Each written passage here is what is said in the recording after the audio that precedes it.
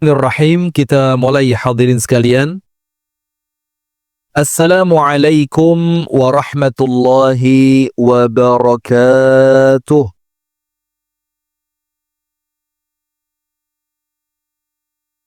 Innal hamdalillah nahmaduhu wa nasta'inuhu wa nastaghfiruh wa nastahdihi wa natubu ilaihi wa na'udzu billahi min syururi anfusina wa min sayyiati a'malina. Man yahdihillahu fala mudilla lahu wa man yudlil fala hadiya lahu. Ashhadu an la ilaha illallah wahdahu la syarika lahu wa ashhadu anna Muhammadan 'abduhu wa rasuluh sallallahu alaihi wa ala alihi wa ashabihi wa man walah.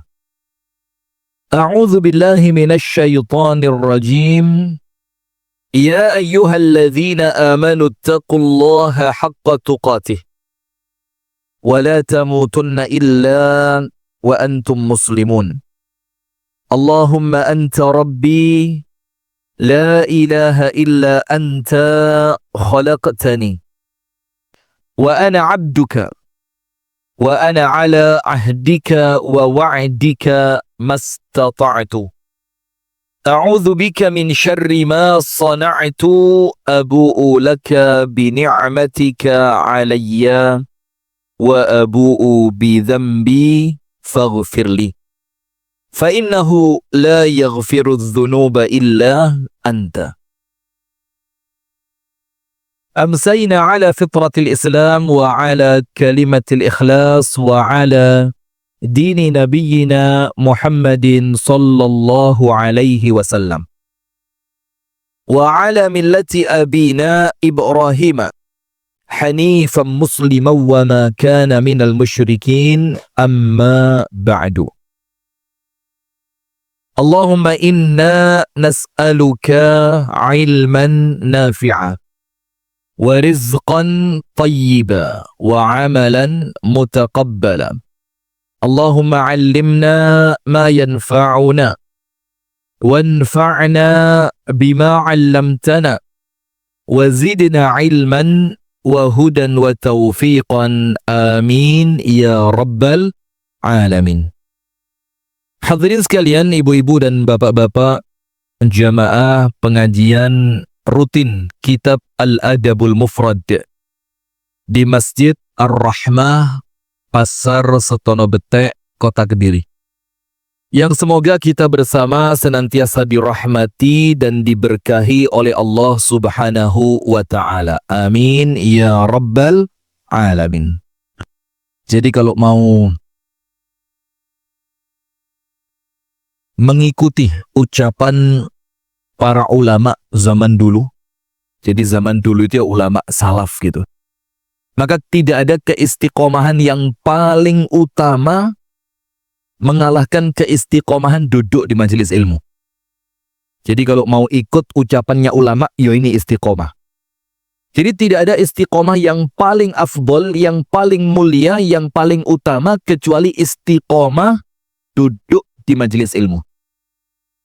Karena apa? Istiqomah duduk di majelis ilmu itu menjadikan setan itu nangis. Kenapa setan nangis ketika melihat orang itu istiqomah di majelis ilmu? Karena dosa-dosanya orang yang duduk di majelis ilmu oleh Allah diampuni. Orang-orang yang duduk di majelis ilmu oleh Allah dijamin surga, diselamatkan dari neraka, dan doa-doanya oleh Allah diijabah. Itulah yang menjadikan setan itu kalau ada orang mau datang ke majelis taklim, iku ono ae sing diganggu. Hujan. Ini baru hujan air, belum hujan peluru. Iya, baru hujan apa? Air. Kemudian nanti ada lagi siket kate ngaji koncone teko. Ada lagi mau ngaji, datang kerepotan tentang bisnis. Ada terus. Maka kalau kita kepingin istiqomah, maka tirulah istiqomahnya Al-Imam Ahmad Ibnu Hanbal. Rahimahullahu ta'ala, ketika Al-Imam Ahmad Ibnu Hanbal itu mengatakan, ma'al mihbarati ilal maqdarati. Aku akan terus bawa pulpen ini, kata Imam Ahmad. Terus tak gowo. Mihbarah itu tempat tinta. Yang zaman dulu kalau orang belajar mesti punya itu. Karena bercelup, nulis, celup, tulis, celup, tulis. Ma'al mihbarah, terus akan aku bawa tempat tinta ini, artinya aku akan terus mencari ilmu ilal maqbarah. Sampai aku masuk ke dalam kuburan. Tidak peduli. Terus akan saya cari ilmu itu sampai saya masuk ke dalam kuburan. Maka kalau untuk kita-kita ini, kalau kepingin mengistiqomai sesuatu, ya ini istiqomah yang paling baik adalah istiqomah dalam mencari ilmu. Hadirin sekalian, alhamdulillah kita bersyukur kepada Allah di malam hari ini Allah pertemukan. Salawat beriring salam semoga tercurahkan kepada Nabi besar Muhammad sallallahu alaihi wasallam. Kita masuk pada bab yang berikutnya, yaitu rafa'u al-yadaini. Luar biasa. Rafa'u al-yadaini 'inda du'a. Bab mengangkat tangan ketika berdoa. Bab apa? Mengangkat tangan ketika berdoa. Antum tahu angkat tangan ketika imam dan khotib Jumat itu berdoa? Itu kan banyak teman-teman sekarang yang tidak mau angkat tangan. Karena apa? Nabi Muhammad tidak mengangkat tangan di waktu itu. Wah, keren. Koyok pinter dewi, Masya Allah. Padahal dalam madhab al-imam asy-Syafi'i, untuk makmum, mustami', jamaah sholat Jumat, sunnah mengangkat tangan. Itu dalam madhab imam Syafi'i. Yang tidak dianjurkan mengangkat tangan itu imamnya. Itu siapa? Imamnya. Karena imam saat itu seperti yang Nabi Muhammad ajarkan, itu seperti ini. Mengangkat jari ke arah langit. Tapi makmum, jamaah, hadirin yang datang untuk sholat Jumat, yang mendengarkan doanya imam atau khutbah Jumat, itu dalam fikih Imam Syafi'i disunnahkan mengangkat tangan karena keumuman dalil orang yang mengangkat tangan ketika berdoa, Allah malu untuk tidak mengijabah doanya. Nah, tapi sekarang kan angkat tangan kayak gak ngaji gitu. Kalau malah gini toh, koyo sing paling ngaji ini sing paling sokeh. Masya Allah. Nah, ini loh Pak, ujub, sombong, kepingin dilihat paling pinter, ini penyakit. Ini apa? Penyakit. Maka akhirnya kita sekarang kalau masuk masjid, itu kepingin kelihatan berbeda dibanding yang lain. Padahal menyelisihi umat dalam perkara-perkara yang dalam syariat itu diberi keluasan, itu malah makruh. Ini loh, ilmu ini kurang jangkep, kopi ini kurang kental. Maka belajarlah masuk ke peh kopi sana. Cek kental kopimu. Anda pelajari dalam akwalnya para ulama, ucapannya para ulama. Ingin kelihatan berbeda, ingin ketok bedo, ketika masuk di suatu tempat yang sudah punya kelaziman itu apa? Perkara yang memang sudah umum. Dalam perkara yang memang di dalam syariat diberi keluasan, itu ketok nyele malah makruh. Kenapa malah makruh? Memunculkan konflik. Orang lain ngelihat mali dadi bahan rasan. Kok ngono? Lho iku tahiyat akhir kok sikile gak menceng ini, kok panggah kenceng koyok tahiyat awal. Nah, ini cuma kan namanya pembelajar baru kan sik kepingin show force. Cek ketok lek wis ngaji, nanti kudu nyele, lek gak nyele gak keren. Seperti ibu-ibu sering saya sampaikan, kalau masuk suatu musola masjid di desa, di kampung atau yang lainnya, ketika ibu-ibu yang lain pakai rukuh, walaupun Anda ngerti baju Anda sudah sah dipakai sholat, karena sudah nutup aurat dengan sempurna, tapi tak apa, tadi bahan omongan. Sholat kok gak gawe lo. Nah, coba kadang-kadang kita salah paham. Oh, ini menunjukkan ini biar ilmu itu tersebar. Mek kepingin ketok. Maka Anda tahu Imam Malik? Imam Malik itu ngerti, Pak, adabnya orang alim itu nutup kepala. Itu Imam Malik ngerti. Itu adabnya ulama. Jadi jarang lek ulama temenanan rambutnya kebuka itu jarang. Kita ini kan ulama epok-epok ya. Ulama yang kalau kitabnya hilang Israel ngomong. Ketika Imam Malik ngerti adab itu, apa yang terjadi? Imam Malik masuk ke suatu tempat, mampir untuk sholat, ternyata di tempat itu tidak ada satupun yang menggunakan penutup kepala. Antum tahu apa yang Imam Malik lakukan? Diambil kopiahnya, dimasukkan ila qummi taubihi, dilepokno gini. Dimasukkan tangannya sini. Karena zaman dulu orang tangannya itu ombo-ombo, jadi digunakan untuk nyimpen kopiahnya tadi. Kenapa? Karena Imam Malik punya ilmu. Urusan nutup kepala itu adab. Tapi tidak memunculkan konflik di suatu tempat yang dia datangi, itu wajib. Ngono lho ilmu itu, jangan pamer.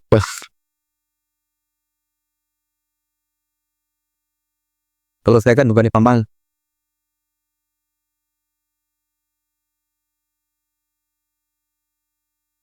Nah, sudah. Tapi enek emang wedok komen, lah sumu Ustaz, mosok wis kelambian rapet brukut, ditutupi rukuh maneh, karuan sumu timbang niatmu rusak. Hei, dengerin. Karuan sumu timbang niatmu rusak. Udah, bahas, lanjut. Nah, maka kita masuk pada bab yang keberapa? 276, yaitu rafa'u al-yadaini 'inda du'a. Salah satu di antara sunnah berdoa itu apa? Mengangkat tangan. Walaupun pembahasannya itu umum. Tidak hanya pada pembahasan mengangkat tangan, tapi semua seluk-beluk tentang apa? Doa. Disebutkan di sini.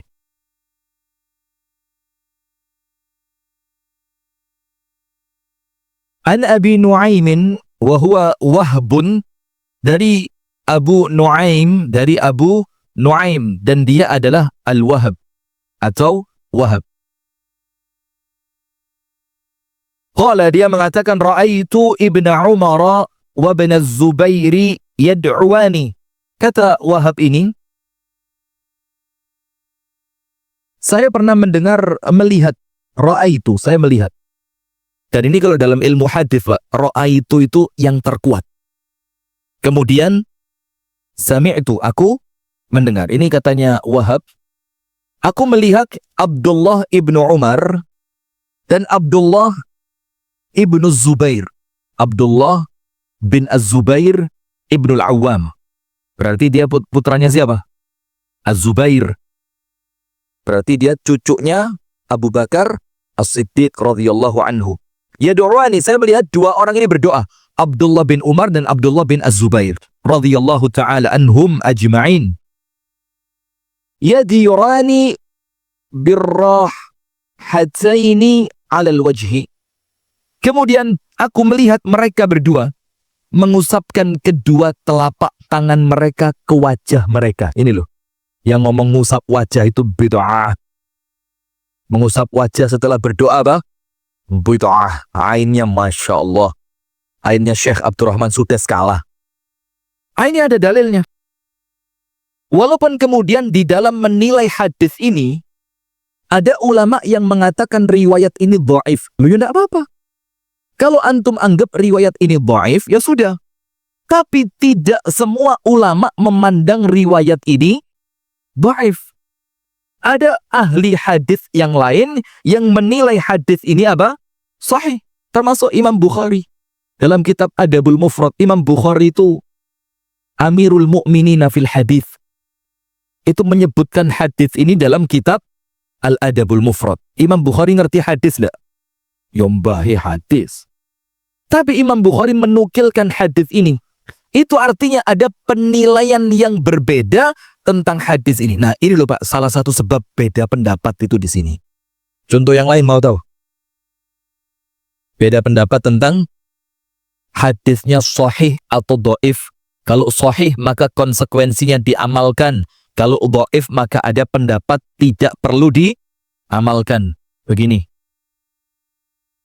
Ngadzani bayi yang baru lahir, sunnah atau bid'ah?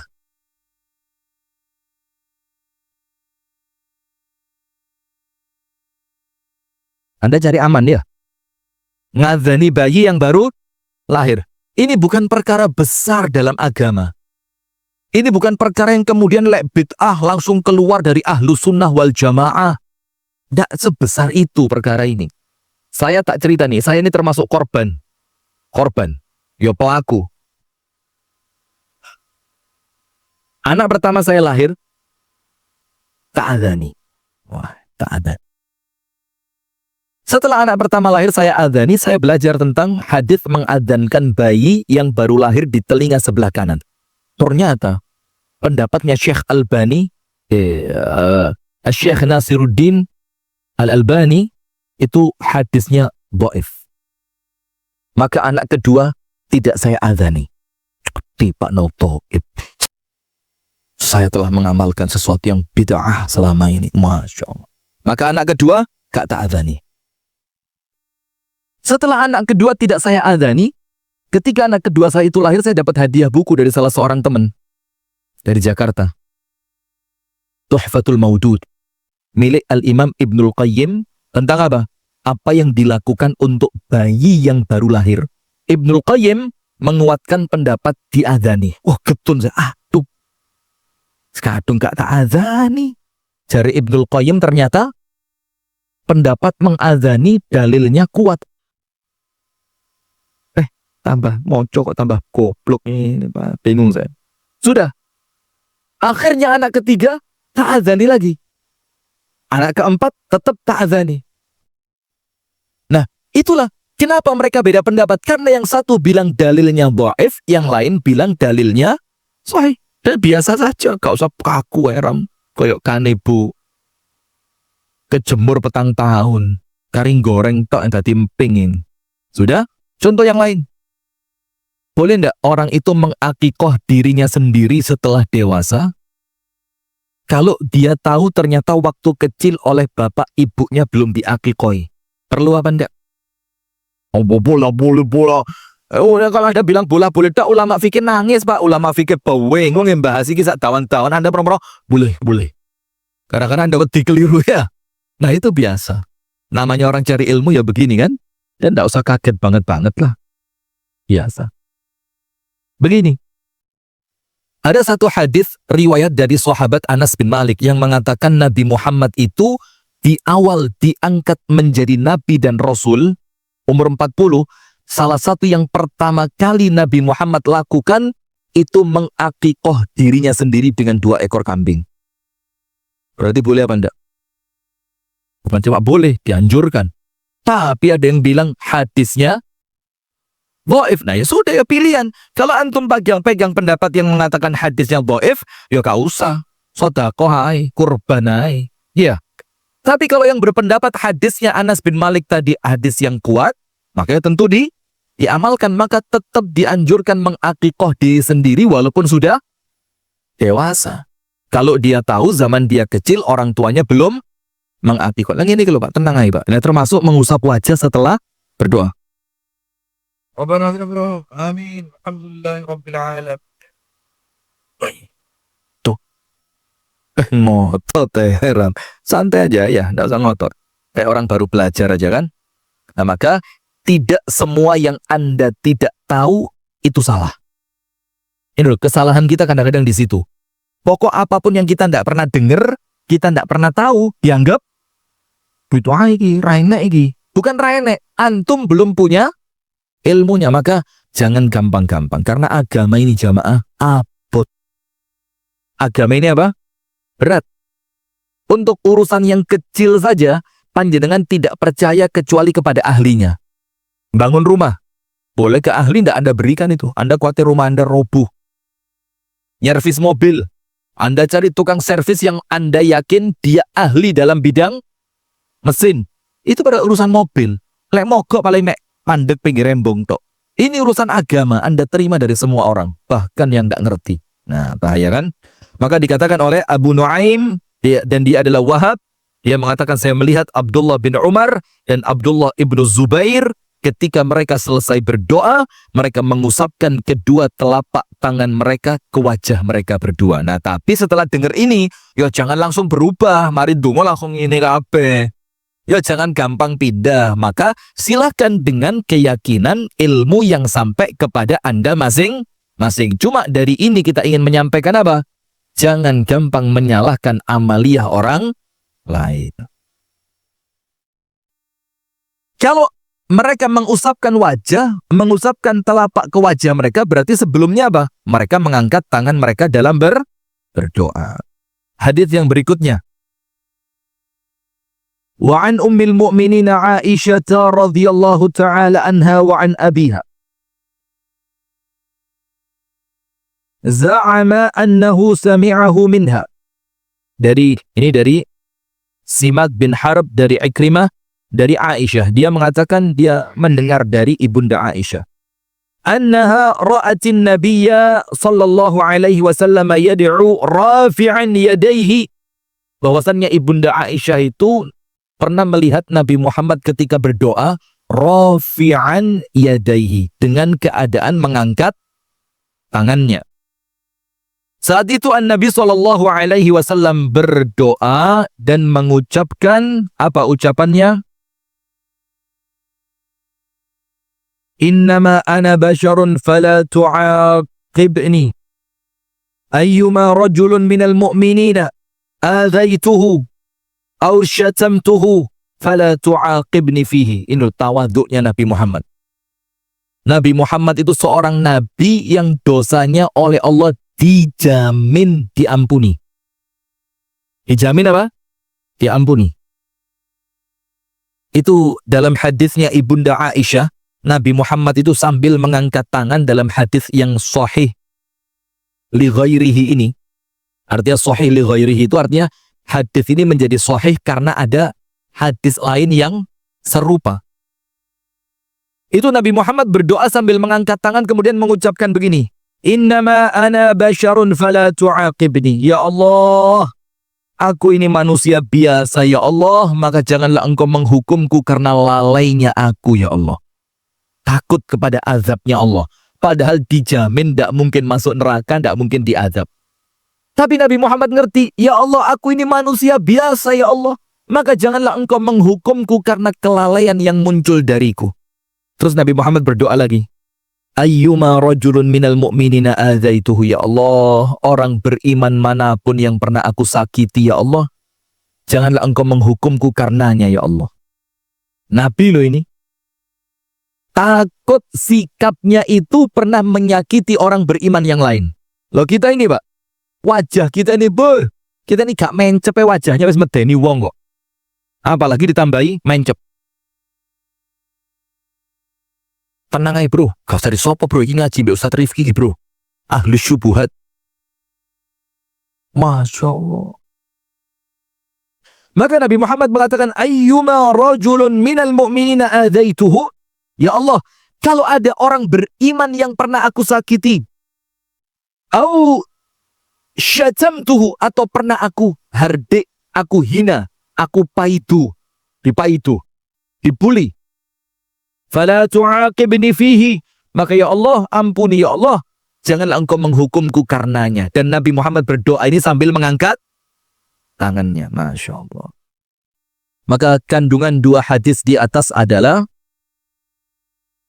bagaimana Rasulullah SAW mengajarkan kepada kita tentang disyariatkannya mengangkat kedua tangan ketika berdoa.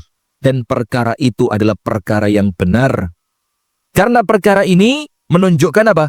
Kerendahan yang sempurna serta ketundukan yang paripurna kepada Allah Ta'ala. Jadi sambil ngangkat tangan itu kerosolek panjenengan itu hina banget gitu loh. Jadi bukan, dan subhanallah ya, terlepas ini rasa subjektif. Jangan diambil jadi dalil. Saya kalau melihat orang Jumatan, kemudian khotib itu berdoa, Allahumma gfir lil muslimin, terus orang menang tok ini. Itu kerosan jurati kayak sombong banget gitu loh. Itu subjektif. Apa? Subjektif. Karena tergantung penafsiran masing-masing. Tapi kalau saya ngelihatnya, ketika ada orang lain berdoa, doa berjamaah, kemudian khotib yang sedang berdoa, kemudian ada orang itu pengen itu.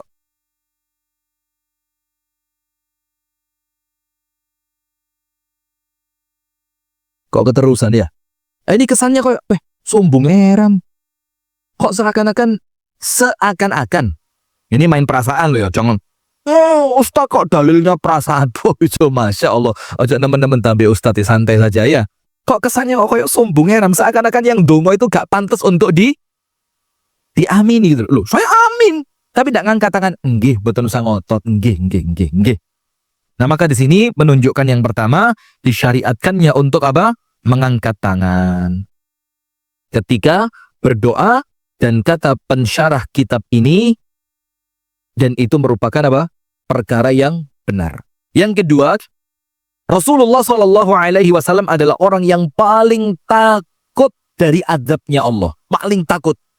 Sampai Nabi Muhammad itu dijamin dosanya diampuni, dijamin tidak mungkin masuk ke dalam api neraka, dijamin pasti selamat, dijamin pasti masuk surga. Itu pun ketika berdoa sungguh-sungguh, takut apa? Ada kelalaian yang menjadikan Nabi itu oleh Allah diazab. Takut Nabi Muhammad dianggap lalai. Padahal ibadai paling top. Kita ini ibadai paling ruwet tapi paling gaya tok.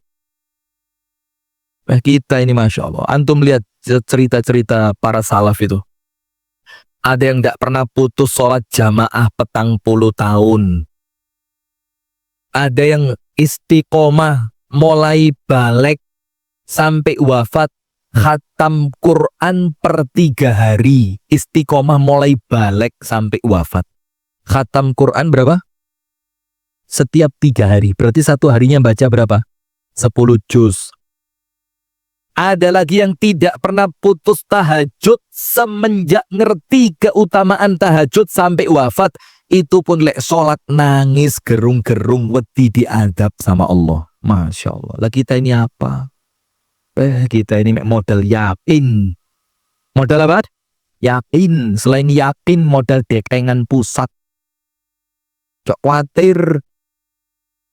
Jamaah kita orang ini lek mati ditakoni malaikat ngomong rombongan Ustadz Rifki aman. Lu. Lah Ustadz Rifki rakaruan aman. Lah kok rombongan ini jaluk aman. Na'udzubillah min dzalik. Maka Rasulullah itu orang yang paling takut akan azabnya Allah. Sampai Nabi Muhammad apa? Berdoa, ya Allah, innama ana basyarun fala tu'aqibni. Saya ini manusia biasa ya Allah. Lek ono luput-lupute ya Allah, ojo diazab. Ndonga Pak, serius minta sama Allah diampuni segala kealpaan kita ini. Kemudian yang berikutnya, Nabi Muhammad adalah orang yang paling takut menyakiti orang beriman. Kita rasan. Dan yang dirasani bukan manusia biasa, yang dirasani apa? Orang yang banyak kontribusinya untuk umat Islam. Itu yang kita rasani. Apa ngerasani temen? Apa itu? Saya ngerasani ustadz. Ngono ya Pak. Bangga banget ya, so ngerasani ustadz itu kayak wes dukure ustadz gitu. Apa dukure ustadz? Ya Abdurrahman. Mana Pak Abdurrahman tadi? Di luar. Ini gitu Pak. Budal ke omah pamit bojone ngaji. Sampai masjid Ar-Rahmah ngopi di baratnya masjid ini loh. Nanti kalau ditanya, kenapa kok gak nih jero? Oh, suaranya jelasnya di kono timbang di masjid. Di masjid suaranya kok muter. Ya bukan muter, jin sih gak muter. Kupingnya kelebon, sama kan becin antara ngurungannya Ustadz be di BCI bingung. Iki suaranya Ustadz be suaranya jin gak iso bedoin. Akhirnya apa? Ngurungannya di barat masjid ini sambil ngopi. Mana Abdurrahman? Lo kan kandani yo. Ya ini semi wali yo.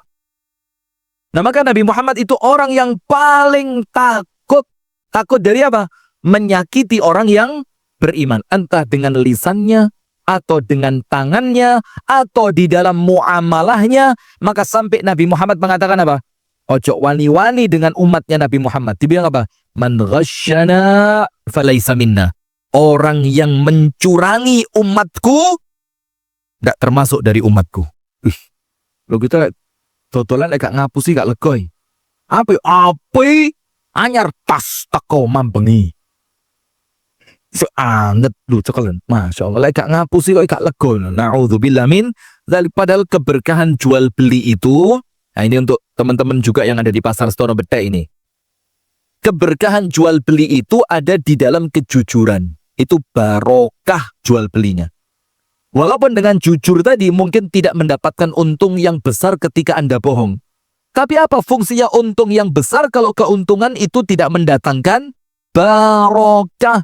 Maka Nabi Muhammad mengatakan, ana wattajirul amin kahataini fil jannah. Aku, kata Nabi Muhammad dalam hadis yang sahih.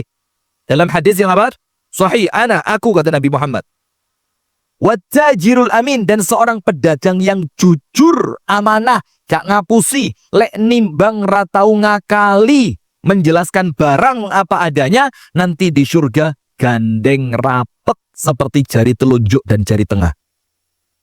Tapi memang ya apot, kancane nipu kabeh, mosok ngijeni jujur. Iya, padahal jujur itu menjadikan orang lain itu percaya, gak katik ngenyang lek tuku nang panjenengan karama wis biasane jujur sampai omah ditimbang tibane muantep, rasalah lek luwi larang 300 timbang tanggane. Soalnya lek nimbang mantep. Nah, saya punya cerita ini kisah nyata. Ceritanya porai. Abah saya itu kan dulu kerjone selepan pari. Yo selep pari, yo jagung, wis pokok lan sak piturute. Yo dodolan dedak tuh, atul. Tuh. Sementara di deket selep ini ada pengusaha selep yang lain. Lek nuku jagunge tani luwih larang. Hitungannya bukan hitungan kecil, Pak, karena nanti dikalikan sekian kilo. Sementara petani itu kan jualannya kintalan, bahkan ton-tonan jagung itu. Itu iso regani luwih dukur 100 dibanding abah saya. Maka para petani itu rombongan jual ke sana. Gak ruwe pas nimbang diapusi. Pas nimbang apa? Diapusi. Jadi ketoke regone sak kilone mundak sekian rupiah, tapi pas nimbang timbangannya dilongi. Akhirnya bondong-bondong balik maneh nang selepan sak durunge. Percuma rono regone larang tapi lek nimbang ngawur. Karuan mbek wong iko lho, regone pantes tapi lek nimbang genah. Nah itu, maka akhirnya orang akan membuktikan, Pak. Maka bohong, nipu, dusta, curang itu mateni rezekine dewe. Yang jujur, lho Pak, tapi barangnya wis koyo ngene, tapi tak kei rego murah. Monggo lek kersa mboten napa-napa, mboten kersa nggih mboten napa-napa. Orang sak pasar iku, kan saya biasa masuk di pasar kandangan. Itu mulai ngarep sampai paling buri dodolan lombok yo payu kabeh. Yo payu kabeh, ndak ada kemudian yang depan lari sing buri gak payu, ndak. Karena apa? Semuanya ada jatah rezekinya masing-masing, ndak perlu bohong-bohongan. Lanjut, sampai mana tadi? Sampai mana? Nabi Muhammad adalah orang yang paling takut menyakiti siapa? Orang yang beriman. Maka hati-hati, lambe ini jangan diarahkan kepada sesama orang beriman. Tangan jangan diarahkan kepada sesama orang beriman. Lek kudu ngakali, lek kudu lo ya. Tapi ya jangan. Tapi misalkan kayak sogak gitu, jangan kepada orang beriman. Dosanya luwih gede. Dosanya semakin besar. Maka Rasulullah takut sekali. Sampai Nabi Muhammad itu mengatakan, ya Allah. Loh, komennya lihat. Kebanyakan di pasar begitu, Ustaz. Nah ini di pasar panjenengan. Kalau di pasar Stono Bedek, Masya Allah, aman-aman. Lek nimbang mantep-mantep rene sing ngakali. Amin ya Rabbal alamin. Kebanyakan di pasar seperti itu, Ustaz. Kalau saya beli ikan 1 kilo nyampe rumah kadang cuma 850 gram. Nah coba. Kenapa? Sudah dibersihin. Nah ini. Coba diklarifikasi Bu Nurul. Mungkin Anda ditimbangnya belum dibersihi. Ketika sampai rumah, ditimbang dalam keadaan wis diresihi. Sisi wis hilang, sirip-siripnya sudah hilang, kotorannya sudah hilang. Lanjut. Hadis yang berikutnya. An Abi Hurairah radhiyallahu taala anhu qala. Maka ngerti ya dalil mengusap wajah tadi? Kemudian dalil mengangkat tangan tadi? Paham. Kemudian yang berikutnya hadis yang ketiga, an Abi Hurairah qala qadima at-Tufailu ibnu Amrin ad-Dawsi ala Rasulillah sallallahu alaihi wasallam.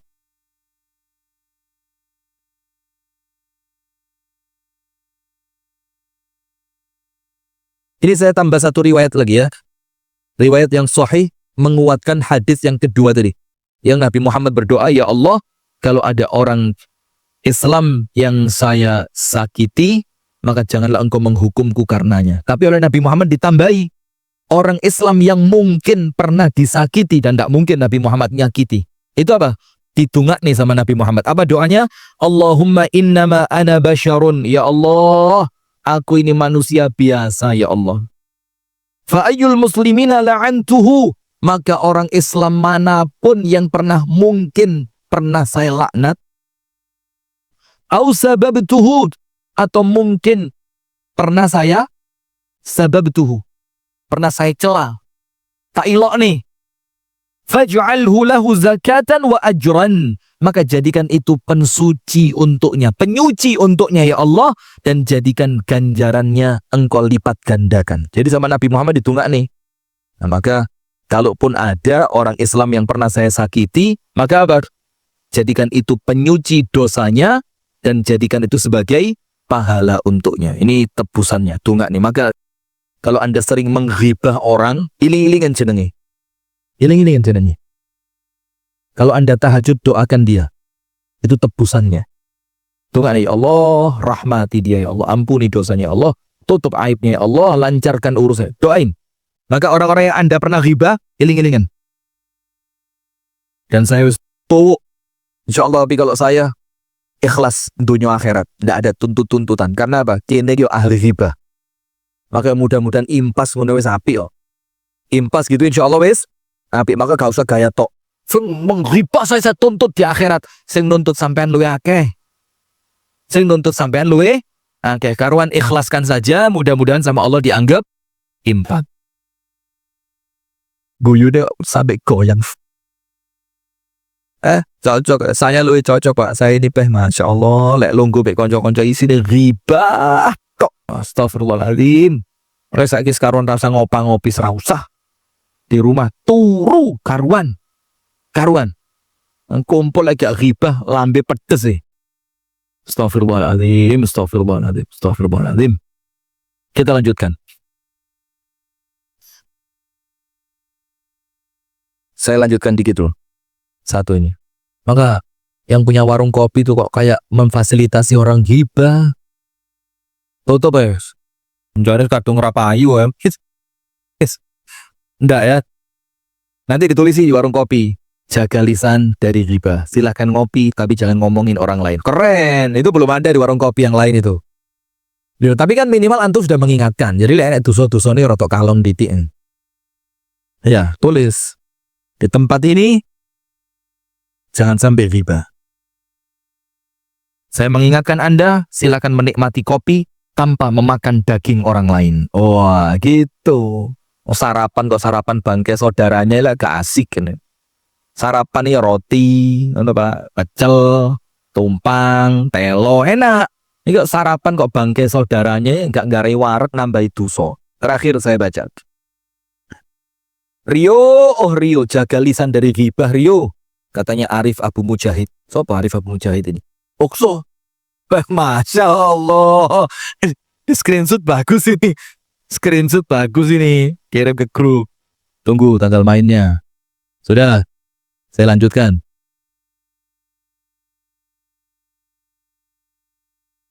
Maka jamaah sekalian, hadis yang terakhir yang perlu kita baca di malam hari ini dari sahabat Abu Hurairah radhiyallahu anhu. Dari siapa?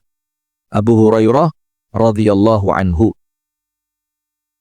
Dia mengatakan qadima at-Tufail, datang seorang laki-laki kepada An-Nabi sallallahu alaihi wasallam bernama At-Tufail. Siapa namanya? At-Tufail. Ibnu Amrin Ad-Dausi. Faqala, dia mengatakan, ya Rasulullah, wahai utusan Allah. Inna dausan qad asat wa abat fad'ullah alaiha. Ya Rasulullah, sesungguhnya kabilah Daus telah melawan dan berpaling dari Allah. Terus apa dia bilang? Fad'ullah alaiha. Maka doakan supaya Allah membinasakan mereka. Sudah? Doakan agar Allah apa? Membinasakan mereka. Fastaqbalat Rasulullah sallallahu alaihi wasallam al-qiblata. Ini loh dalil bahwa doa itu lebih utama kalau menghadap ke arah kiblat. Walaupun ngadep kemanapun boleh. Tapi menghadap ke arah kiblat itu adab supaya doanya cepat diijabah. Wa rafa'a yadayhi. Setelah Nabi Muhammad menghadap kiblat, apa yang terjadi? Kemudian Nabi Muhammad mengangkat kedua tangannya. Fadhanna an-nas annahu yad'u alaihim. Maka manusia mengira, wih, Nabi Muhammad mendoakan kabilah Daus agar dibinasakan. Karena apa? Setelah datang At-Tufail tadi, cerita Daus membangkang ya Rasul. Rasul ngadep kiblat, angkat tangan. Maka manusia mengira apa? Rasulullah mendoakan keburukan untuk kabilah Daus. Ternyata apa yang terjadi? Faqala, ternyata Rasulullah mendoakan apa? Allahumma hdi Dausan wa'ti bihim. Ya Allah, berikanlah hidayahmu kepada Daus dan bawakanlah kepada mereka hidayahmu ya Allah. Dikira malah mendoakan laknat, karena Nabi Muhammad tidak pernah melaknat. Malah didoakan apa? Didoakan hidayah. Sama waktu Nabi Muhammad kemana? Taif. Ketika malaikat itu untuk datang ya Rasul, kalau panjenengan kerso, saya angkat gunung ini. Tak angkat gunung. Tak uncal nih nang dukuri mereka. Kalau kita pak, saiki ya congku. Nah cepet, mumpung aku dek ini tak was nih mereka binasa. Ternyata tidak. Ternyata apa yang terjadi? Nabi Muhammad SAW malah mendoakan mereka. Allahumma hdi qaumi fa innahum la ya'lamun. Ya Allah, berikanlah hidayah kepada kaumku ya Allah, karena mereka masih belum tahu. Barakallahu fikum. Itu jamaah sekalian yang dapat kami sampaikan di malam hari ini. LPG yang katanya 3 kg, LPG melon, setelah ditimbang di rumah, kebanyakan rata-rata cuma 2,6 atau 2,7 dikurangi berat tabungnya. Tapi kan LPG ini untuk orang miskin. Wong sogen juga yuk pada tempatnya juga ya. Sudah, monggo lah. Semoga Allah melindungi kita semua ya. A'udzubillahi minasyaitonirrajim. Bismillahirrahmanirrahim. Alhamdulillahi rabbil alamin. Allahumma salli wa sallim ala nabiyyina Muhammadin wa ala alihi wa sahbihi ajma'in. Allahumma ighfir lil muslimina wal muslimat wal mu'minina wal mu'minat al ahya'i minhum wal amwat. Innaka ya Allah sami'un qaribun mujibud da'awat. Ya Allah ya Rabbana ya qadhiyal hajat. Rabbana ighfir lana dhunubana wa liwalidina warhamhum kama rabbawna shighara. Ya Allah, ampunilah dosa kami ya Allah. Ampuni dosa kedua orang tua kami ya Allah, dan kasihani mereka, sayangi mereka, rahmati mereka sebagaimana mereka mengasihi kami di waktu kami kecil dahulu ya Allah. Ya Allah ya Rahmanu ya Rahim, siapa di antara orang tua kami yang masih hidup ya Allah, panjangkan usianya, sehatkan badannya, bahagiakan mereka ya Allah, dan istiqomahkan mereka di dalam ibadah kepadamu ya Allah. Dan siapapun di antara orang tua kami yang telah meninggal dunia ya Allah, ampuni dosa-dosanya ya Allah, terimalah segala amal ibadahnya ya Allah, lapangkanlah kuburnya ya Allah, berikanlah nikmat untuk mereka di alam kuburnya ya Allah, jadikan kuburan mereka taman di antara taman syurga ya Allah. Allahumma ansur ikhwanal muslimina fi Filistin ya Allah, bantu tolonglah ya Allah saudara kami di Palestina ya Allah. Allahumma ansur ikhwanal muslimina fi Sudan, tolonglah saudara kami di Sudan ya Allah, kuatkanlah mereka ya Allah. Hancurkanlah orang-orang yang membinasakan mereka ya Allah. Kuatkanlah keimanan dan kesabaran mereka ya Allah ya Rabbal Alamin. Allahumma ya muqallibal qulub, tsabbit qulubana ala dinika wa ta'atik. Ya Allah, zat yang maha membolak-balikkan hati, tetapkan hati kami di atas agamamu dan istiqamah di atas ajaranmu ya Allah. Allahumma inna nas'aluka husnal khatimah ya Allah. Apabila engkau mewafatkan kami ya Allah, wafatkan kami dalam keadaan husnul khatimah. Wafatkan kami ketika kami sedang bersujud di hadapanmu ya Allah. Wafatkan kami ketika kami sedang membaca Al-Quran ya Allah. Wafatkan kami ketika kami sedang salat ya Allah. Wafatkan kami ketika kami sedang puasa ya Allah.